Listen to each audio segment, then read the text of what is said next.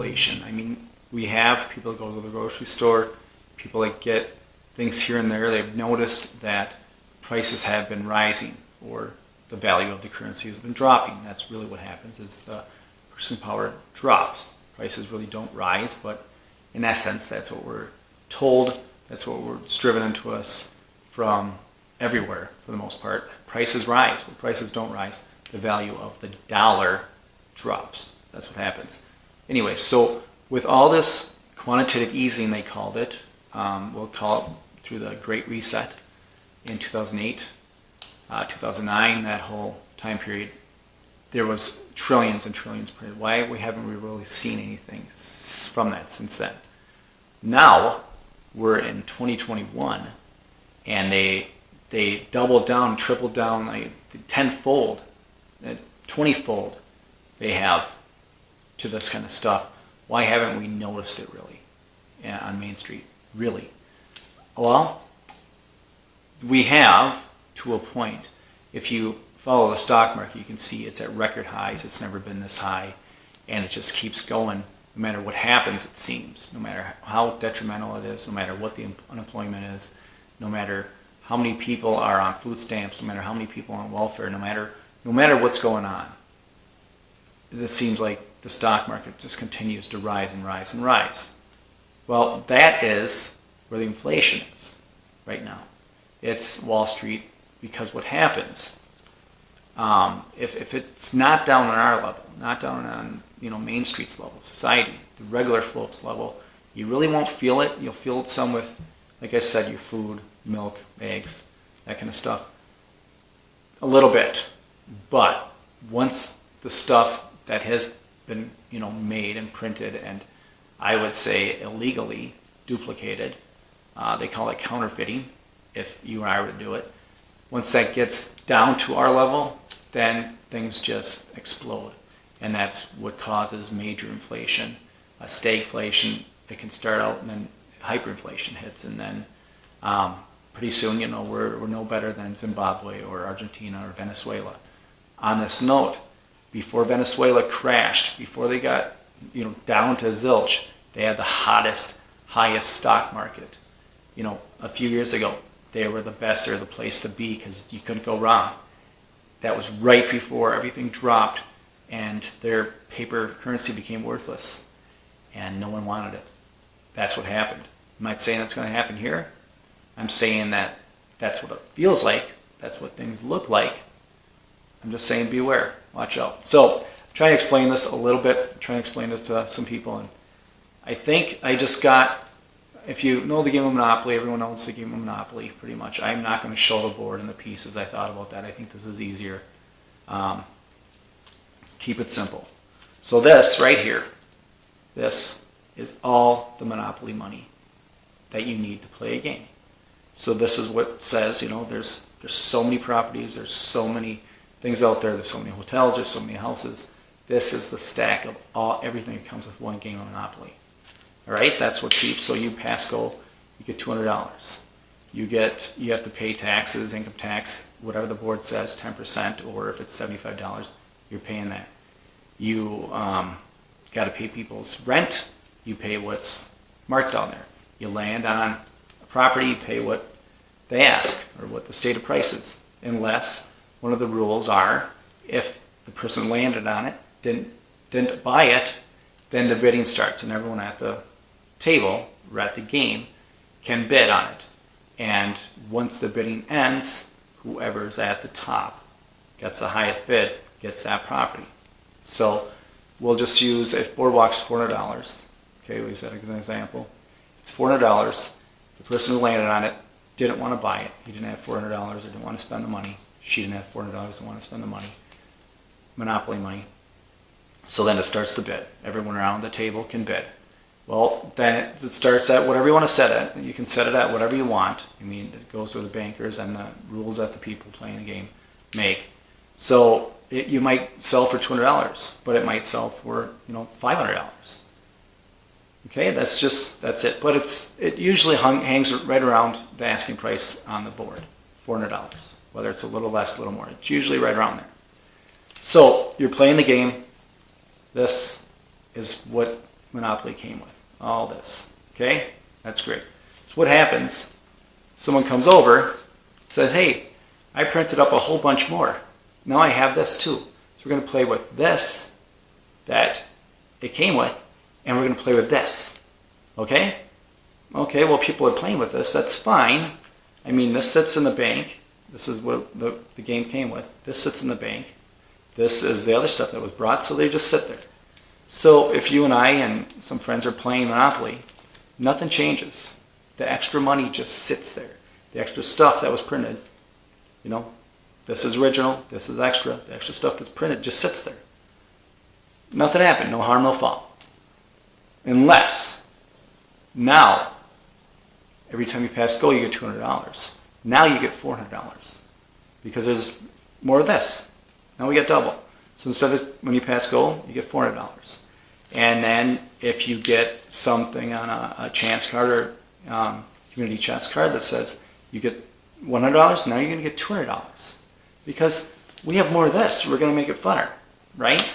So you don't have to double the property prices because that's not what people want. They want to be able to get as much property as they can. So give us more of this that you can so we can buy more of it. Well, the problem is there's only so much. So as the game goes on, either one of two things are going to happen. Either the person who lands on one of the properties decides not to buy or cannot, and then the bidding starts. Now, if it's Boardwalk, the bidding, now I said we're right around $400, whether it's a little less, a little more. Now people have double the amount, or almost double the amount, depending on how much time they've landed on go and got that other stuff to get them more of this. Free parking's double. You got double the amount. So now maybe the average price of that Boardwalk is $800.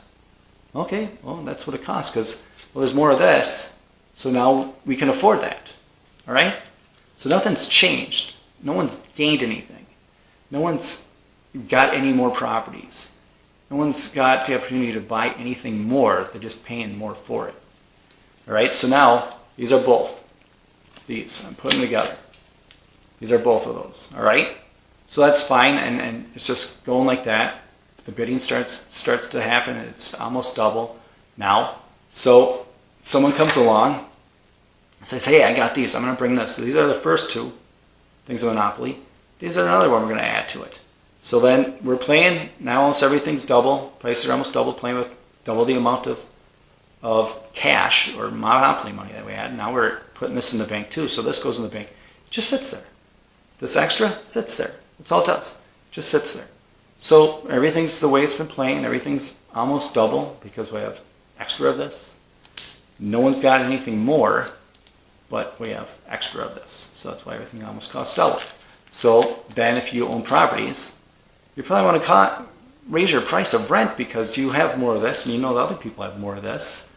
And everything's going to cost you extra of this to buy, whether that's more properties or whatever else. If you guys come in agreement that houses are going to cost more and hotels are going to cost more, you're going to need more of this. So if everything costs you more, you're going to charge more for rent, right? That's just what happens.